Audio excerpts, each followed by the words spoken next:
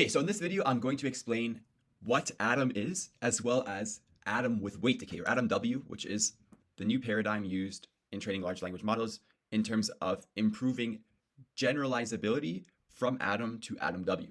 So ADAM, first of all, is a combination of momentum and RMS prop. It has interesting history too. It was made in the paper by two authors, one of them being Geoffrey Hinton's last student that he advised, and the second being Dirk Kingma, who also made sparse autoencoders, if I'm not mistaken, and he's working at Anthropic now. So it's a combination of momentum and RMS prop. If you've heard of those, the momentum term comes from the M, or the first moment, and this is the adaptive learning rate, or second moment, which comes from RMS prop. ADAM itself means adaptive moment estimation. So it's not named after somebody, it just means that. And it improves convergence speed, as well as handling noisy or sparse gradients. So those are two explicit situations where ADAM excels. Furthermore, they're influenced by the direction of the first moment estimate. So I'm talking about the updates here. So if you look at quickly how the gradients are updated, I'm going to explain everything, but I just want to jump to this first. You can see that it is influenced by the direction of this momentum, as well as being scaled by the square root of the second moment. And we also add epsilon here just to make sure it's not dividing by 0. And this is very small. It's 10 to the negative 8 usually. So this scales the recent this ensures that the step size adapts to the scale of recent gradients, since this is essentially the variance of the previous gradients. And now I'm going to get into each term. So momentum, or first moment, you can also call it the decaying average of the past gradients, is in essence this decaying average. So we have beta. Beta 1 is almost always 0.9, and therefore this is 0.1. And this is just a previous time step's momentum. So if we have beta equals 0.9, you can think that we keep 90% of the previous momentum and then update it with 10% of the current gradient. So this is how the momentum step works. And momentum, what it does, in the first case, it allows you to get past local minimum and smooth training. And if you're ever in a lost landscape where there are no steep hills, then it'll allow the gradient updates to be larger in order to improve convergence. So this is momentum. Then we have adaptive learning rate, or the decaying average of past squared gradients. And whereas beta 1 is 0.9, this is actually 0.0999. Sorry, 0.999, so 99.9%, and therefore this is just 0.1%. So this is because we want the training to be stable, so we very rarely change, or we change it by a very small margin, that is to say. And these are both initialized to 0, so momentum and adaptive learning rate are initialized to 0. And whereas we're multiplying our 0.1% update term by, whereas we update the term here by the gradient, it's the squared gradient in the adaptive learning rate. And we have these two terms here. So this is called bias correction. And at the beginning of training, M hat, or the bias corrected first moment estimate, and V hat, or the bias corrected second moment estimate, are adjusted to account for their initialization of 0 to prevent underestimation or bias towards 0. So what am I trying to say here? Let's consider that in the first time step that's in training, so t equals 1, g is 1, okay? And at t equals 0, m is 0, because that's how it's initialized. Therefore, in that update, we would have 0.9 times 0 plus 0.1 times 1, giving a momentum of 0.1, which is 1 order of magnitude off of the past gradient, and that's undesired. However, if we use this momentum bias correction term, then we'll have 1 minus b1 to the power of 1. So this is 1 minus 0.9 to the power of 1, which gives us 0.1 divided by 1 minus 0.1, and that gives us m t hat equals 1. So this is why it's called the bias corrected term, because it removes the initialization bias at 0, and it's the same phenomenon for adaptive learning rate, v hat, where we will update this in order to essentially discount the initialization at 0. However, once t becomes anything that's non-trivial, so think t equals 10, this will be, for example, 0.9 to the power of 10. And I don't know what that number that is, but it's pretty small, and this will decay really fast, and this will eventually become just m. And this is why in the limit, asymptotically, this term is unbiased. So over time, it simply becomes m because we're just dividing by 1. Okay, so we've covered the first moment and the second moment, or the momentum adaptive learning rate, and thirdly, the decaying average of past gradients and the decaying average of past squared gradients. Now let's look at what the gradient update looks like. So we take theta, and it equals theta minus what we have here. So this is, once again, what we're doing with gradient descent. So we subtract it by the learning rate, which is usually like 0.001 or whatever it may be, multiplied by the bias corrected momentum term, divided by the square of the adaptive learning rate plus epsilon to ensure that we don't divide by 0.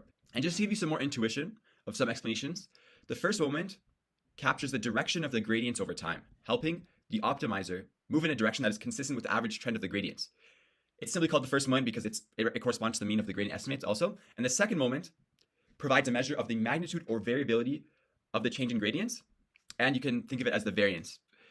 So the first moment, as I mentioned, helps us smooth the updates by averaging out the noise of the gradients, and the second moment scales the learning rate dynamically to reduce the step size when there's high variance and increase the step size when there's low variance. So I'll actually talk about how we can modify the beta rates to affect that as well. So if you decrease beta in general, the learning will become slower. And why does learning become slower? If you think about it, we are valuing our current gradient more when we decrease beta. And in general, this will lead to more variance and the convergence will move in different directions. Whereas if we value our previous gradient, or so if we value our previous momentum more or previous adaptive learning rate, then it'll be a smoother descent because there's less variance in how we're going down the loss landscape. And in general, learning will be faster. So that's why beta is around 0.9 for momentum and 0.999 for adaptive learning rate. And mechanically, a higher beta 1, for example, means more of the previous gradients are remembered, leading to smoother update direction. And a higher beta 2 means we're keeping a longer term memory of past square gradients, which helps in scaling the learning rate based on the gradient variance. Okay, so I've given you the introduction now of Adam, and we're going to jump into AdamW, okay? So this is the general formula of Adam, where pink represents the vanilla atom and green is AdamW. And I'll go through this with you now that we've discussed the Adam formula in general. So as I mentioned, the learning rate is around 0.001. Beta 1 is 0.9, beta 2 is 0.999. Epsilon right here is 10 to the power of negative 8 to prevent us from dividing by 0. And lambda is the weight decay rate. So stay tuned for what this means. You don't have to worry about it right now. Other than that, we have time step initialization, our parameter vector, which is an element of Rn, and our first moment vector and our second moment vector, which are both initialized to 0, as I said. And finally, our schedule multiplier. And this essentially controls if we decay or fix how our gradient learns. So in the for loop, we change our time step every time, of course, and then we take a batch and use our parameter to get the gradient. And then we assign this value to our gradient at time step t. So just look, once again, ignore this for now. I want to talk about the algorithm without weight decay or L2 regularization. So we assign our gradient to, we assign the gradient at time step t minus 1 to gt, and then we calculate the momentum, as I stated, with that same value, as well as the adaptive learning rate. And then we make sure that we unbias these terms by dividing by 1 minus b1 to the power of t and 1 minus b2 to the power of t for the adaptive learning rate. And we can modify our scheduling learning rates here.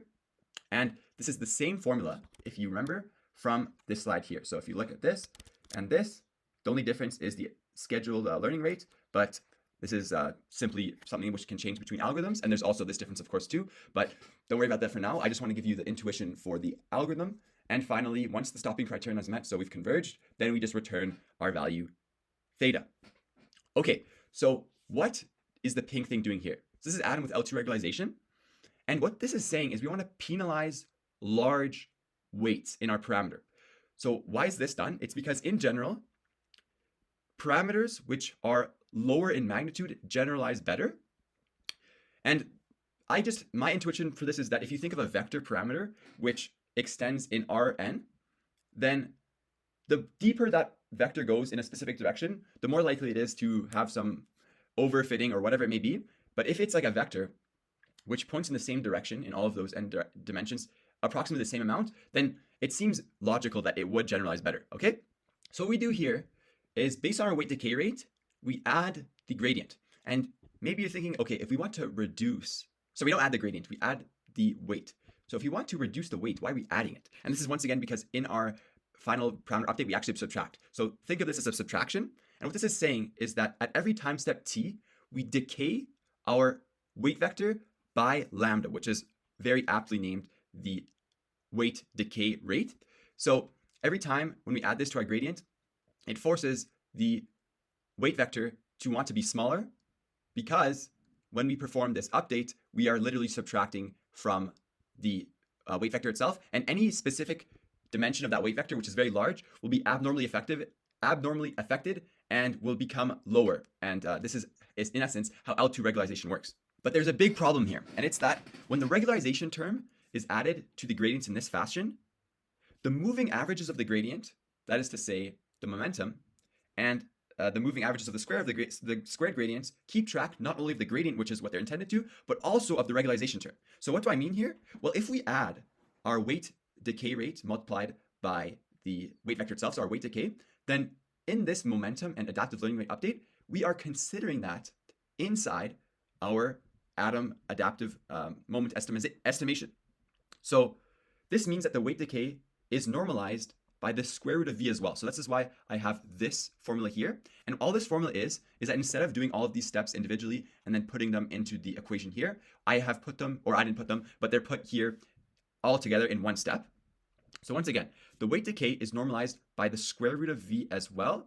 So this means that if the gradient of a certain weight is large or is changing a lot, which means that this value is very high, that means that the weight will be regularized less because we are scaling by the adaptive learning rate, and this term, since it's in the numerator, will effectively be less important. In a counterfactual, if we have small weights, but the gradients do not change, so our variance is really low, we'll in fact have a larger weight decay than in the case where we have a large weight, but a very large variance.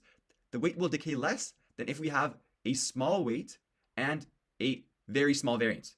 So what this means is that L2 regularization is ineffective for performing weight decay on ADAM because not only are we decaying the weight, but we also are tracking it through our momentum and adaptive learning rate, which can have adverse results when we scale by the second order, the second moment and the first moment in our weight update. To resolve this problem, we add the weight decay after controlling the parameter-wise step size right here. So it is only proportional to the weight itself, and it's in this term here. So once we add it here, we're only multiplying it by the learning rate scheduler, which just controls how the convergence reduces, or how we converge towards our local minimum or global minimum. And in this case, we no longer have the issue of ADAM with L2 regularization. So this is called AdamW. It's a very amazing improvement to ADAM, and I'll link every resource that I use in this paper in this video if you'd like to do further research on your own. But thanks for watching.